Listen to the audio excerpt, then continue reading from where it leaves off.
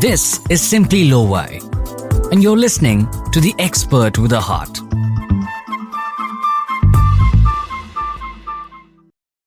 The budget would say that you will get a benefit if you bought insurance with a premium of up to 50,000 rupees. Now, our economy close to 320 lakh crore today as we speak. We less than $4 trillion. Is then what is the difference between a mutual fund and this? Because mutual funds are also 12.5% and this is also 12.5%. I agree the taxation is same, but at least good news is it is in parity. Now, I think the whole focus is on shorter term behavior because that's benefiting. And I think that's my big worry. There should be certain asset in your portfolio which should actually ideally be locked in. I mean, invariably there would be an insurance agent at the door saying, why don't you buy insurance with 50,000 rupee premium? And you just bought it because, great, yeah, I save some tax. You didn't look at the product, you didn't look at the benefits so much, and you just got in. I would say jockey is important than the horse, but which horse you're sitting is also important. So which companies you're sitting on for the next 5 years are also important. So businesses with high ROE, high earning growth, high cash flows, decent management, you don't need rocket science to understand all this, isn't it? Okay, welcome back to part 2 of the episode where we break down the union budget of this year. This is Simmply Lovaii. I'm Ahalya, and we've got the expert with a heart, Lovaii Navlakhi himself, CEO and Managing Director of International Money Matters Private Limited. Lovaii, I think, union budget, and then we heard in the previous episode that we're trying to move towards not making this such a big event where everyone sits down around the television and holds their breath to understand what's coming their way. But I think it still has some kind of an impact, right, on society by and large, on investors. And people watching are always curious about how it's going to affect them, whether it's them individually or their businesses. Like you said, there's 3 aspects that you usually watch out for. Now, this was a more individual-oriented, budget announcement. I'm also interested in understanding in this episode, we're really going to be focusing on how it impacts investor behavior. But what exactly is the push? I think this is my first question. What is the push that we're seeing towards encouraging people to go into the new tax regime? And was this budget framed to, encourage that? I think there have been steps in the past which have been pushing people there, and, they have been sort of nudging people to go to new tax regime, saying once you go there, you can't come back, sort of thing. So everyone...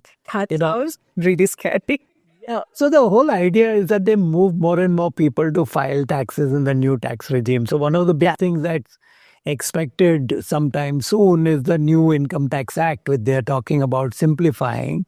So then you don't need to read through many sections. I don't know what people who are writing examinations on tax are going to do, or the examiners are going to do. They'll have a gap here to catch up on the syllabus. Yeah. So yes, they've been nudging people to go there, and they've tried to remove the disparity or the arbitrage available. If somebody had, investments where they could get tax deductions, it was advantageous at a particular point for people to stay in the old tax regime. Right. This time what they've done is reduce taxes dramatically in the new tax regime, not just for people who are under 12 lakh, but even above. They've sort of pushed the slabs up. They've increased the gaps between slabs where the rates remain lower. So as a result, it's quite likely that people will start looking at and say, okay, forget going through all this paperwork and submitting documents and saying these are my tax deductions. Also, company HRs, I don't know what they're going to do with that. But anyway, so it's likely to push people to the new tax regime. And I think that's what the budget is intending to do. Okay, perfect. So you have, been able to see how budget announcements affect, I guess, people on both sides, right? But when you look at how investors have gone on reacting to budget announcements, and also because the nature of the budget announcement has changed over, let's say, the past 5 years, have you seen a dramatic shift in investor behavior post-budget announcement? Or I think the investor behavior, even over 25 years, is pretty much the same. Yeah.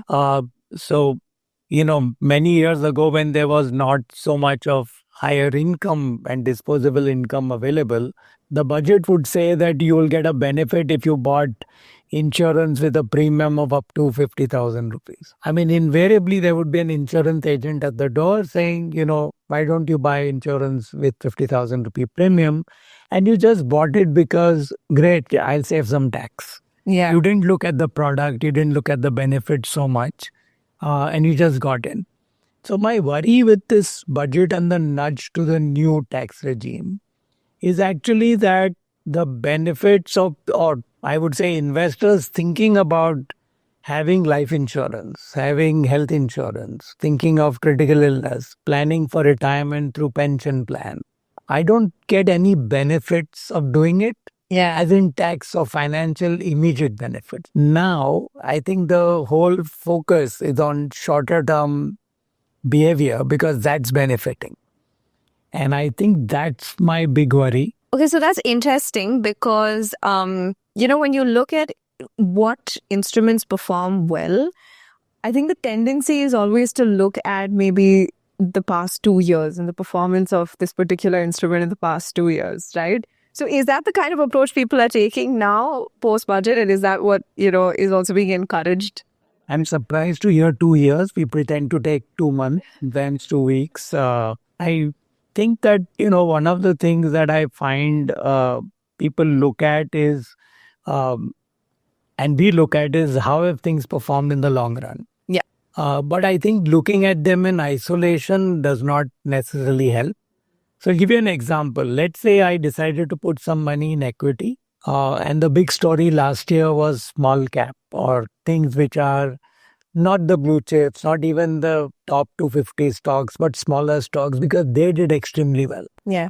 So a lot of new investors got money at hand and put money there, in fact, borrowed on credit card, etc.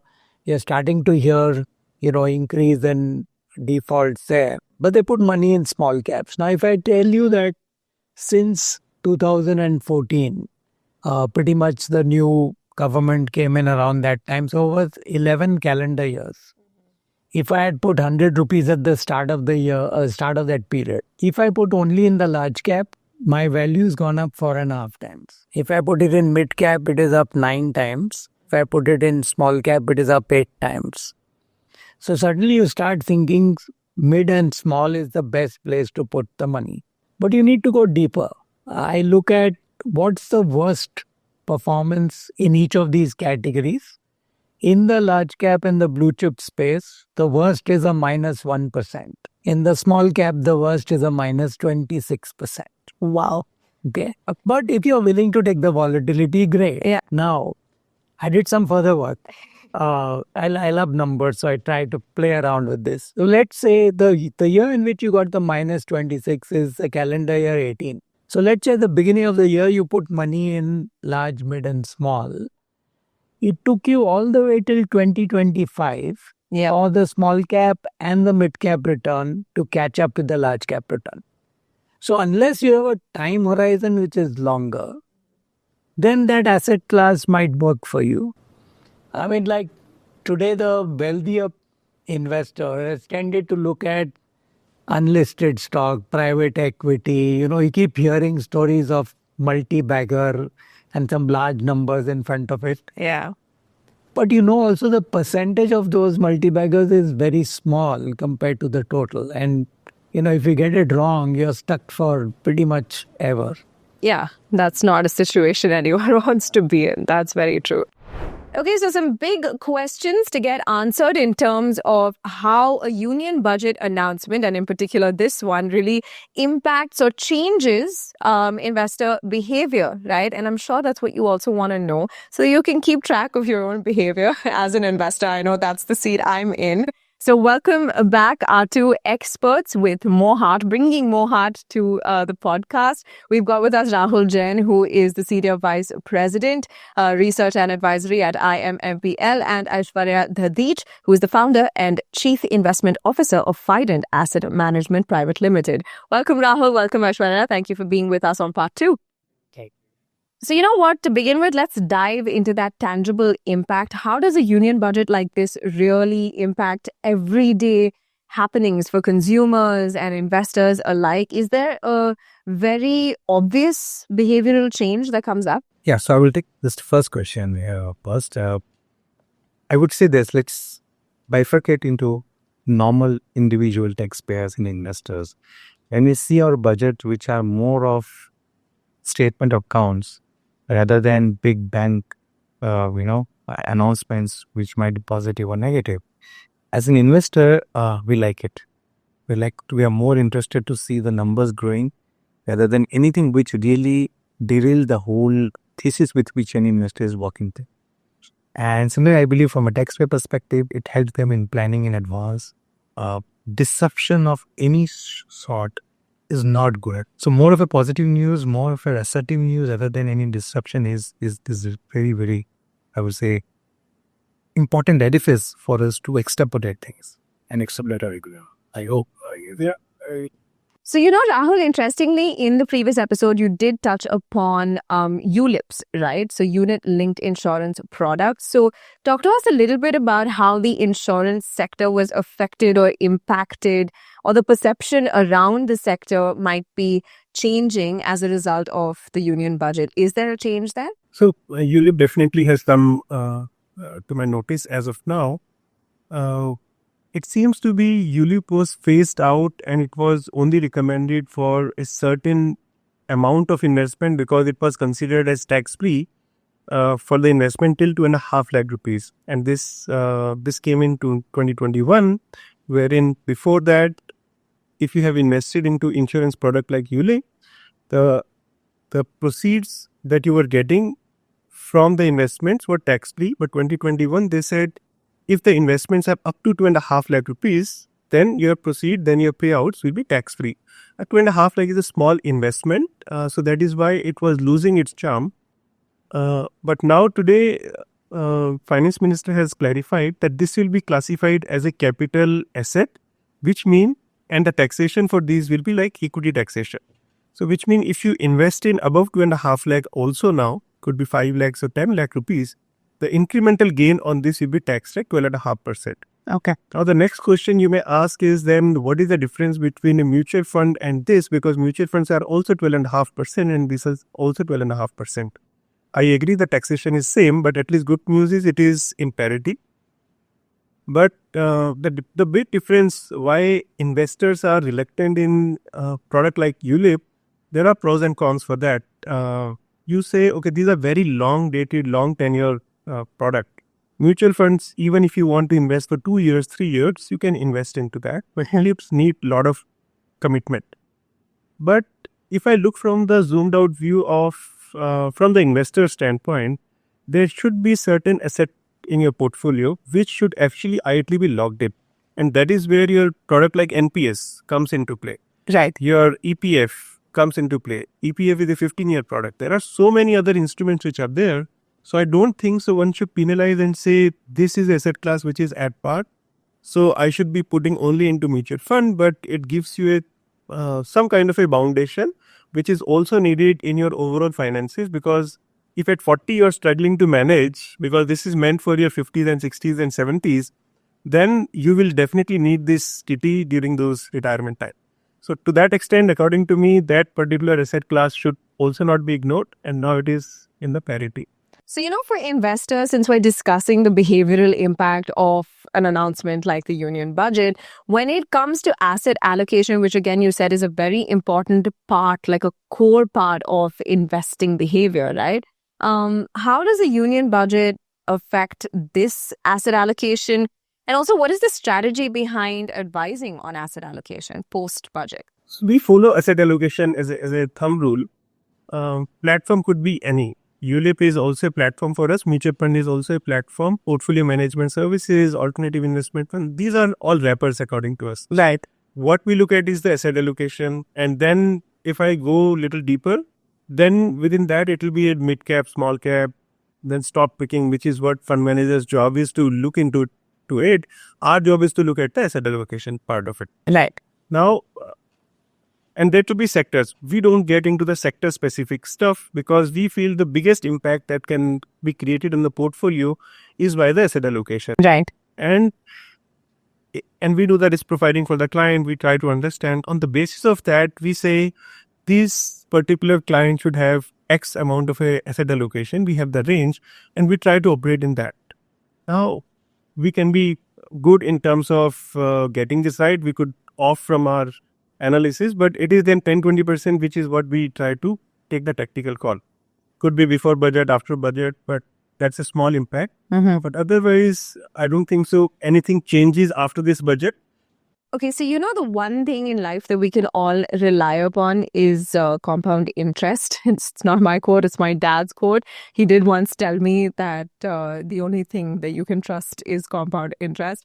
Now you should change from compound interest to compounding profit, which is what I think Subpachli is all about. Okay, done. We'll amend the quote. But what about our long-term compounding story? Aishwarya, how does that get impacted or shaped by this union budget, or maybe union budgets in general? So if you really look at post-COVID, the whole mindset for investor has changed. Not only that, a lot of new investors has come on board. The only sad part is a lot of these people really don't understand the true power of compounding. Now, our economy close to 320 lakh crore today as we speak. We will less than $4 trillion. We will be around $5, $6, $7 trillion in the next 5-10 years. There is a lot of growth which is there. There's a lot of businesses which will be earnings, higher number, cash flows and all of that. And there will be a parallel growth in this company's valuations. Now, if someone really understand what a 15% compounding can do for a portfolio for a 10 years, or a 20% compounding you can do for a portfolio for 10-20 years, that amount is horrendously big. But you need patience for that to hold to this thing. So what I tell all the youngsters is, first of all, you have to obviously start early.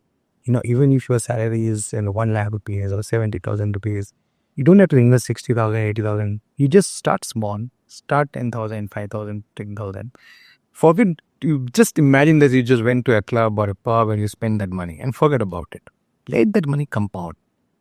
The second thing is, it's always, I would say jockey is important than the horse, but which horse you're sitting is also important. So which companies you're sitting on for the next 5 years are also important. So businesses with high ROE, high earning growth, high cash flows, decent management, you don't need rocket science to understand all this. These are just 3-4 parameters which you can clearly look through and invest into those.